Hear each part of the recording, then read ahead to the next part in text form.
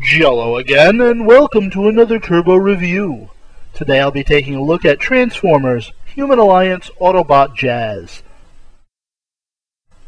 This review was requested by Rave9.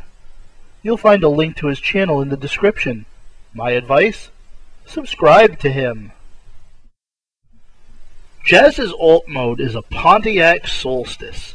Yup, an honest-to-gosh licensed vehicle. It has tremendous detailing, including translucent headlights, red taillights, and tinted blue windows. He's also got opening doors that reveal a somewhat detailed interior, although those seats are a bit suspect. Yes, there are robot parts clearly visible when you look at his undercarriage, but it doesn't really detract from the look of the alt mode, as you're not meant to look at it from below anyway. The parts do hang rather low to the ground, but if you have them transformed correctly, they don't hinder the rolling wheels at all. The only major strike against Jazz in this mode is that his panel lines are very clearly defined. There's really no overlooking them. Sad panda. Still, it's a good-looking alt mode, and I'm giving it an 8. Jazz's transformation is easily intuitive, but also challenging in a fun way. Parts don't fold out like an average Transformer, and that adds to the fun factor of his conversion. Transformation gets a 9. In robot mode, Jazz looks very, very impressive. Head sculpt is oh so very detailed, being true to his movie model, which also has throwbacks to G1 Jazz. There's a lot going on all over this bot, though I'm not too keen on the brown that's revealed in this mode.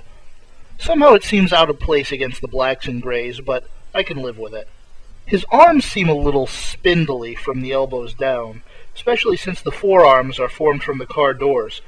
They're not nearly as bad as the deluxe version of the figure from the 2007 movie toy line, though, as the car doors were molded extra thick, presumably for this purpose. There is a backpack, but it's mostly flat panels, so it avoids being unwieldy. Even if the movie aesthetic isn't your thing, it's hard to deny how good Jazz looks. Robot mode gets a 9. Jazz is extremely posable. His joints are hinges and swivels, and they allow for a wide range of possibilities. Head can swivel, but it doesn't go up and down. The backpack can hinder hip movement somewhat, but really it's not too bad. I'm giving Articulation an 8.5. Jazz has got several gimmicks, most of which utilize his Human Alliance partner, Captain Lennox. One that does not is his flip-down visor. It's a neat feature, I suppose. Now, Jazz comes with Captain Lennox here, who interacts with him in a few different ways. Firstly, Lennox can ride inside Jazz as a driver, or passenger too, I guess. Lennox can also ride on this motorcycle that Jazz comes with for some unknown reason. You can place Lennox on Jazz's left shoulder so that he can control this flip-out cannon that Jazz has got, like so. Finally, the mystery bike changes into a handheld missile launcher, which Lennox can also interact with. These gimmicks all seem superficial, but don't detract in any way from the figure. Gimmicks get an 8. Jazz's overall score is an 8.5. Visible seams mar an otherwise great alt mode. Transformation is fun and unique. Robot mode is really very well done. Articulation is mostly good, and gimmicks are nice but unnecessary. Highly recommended.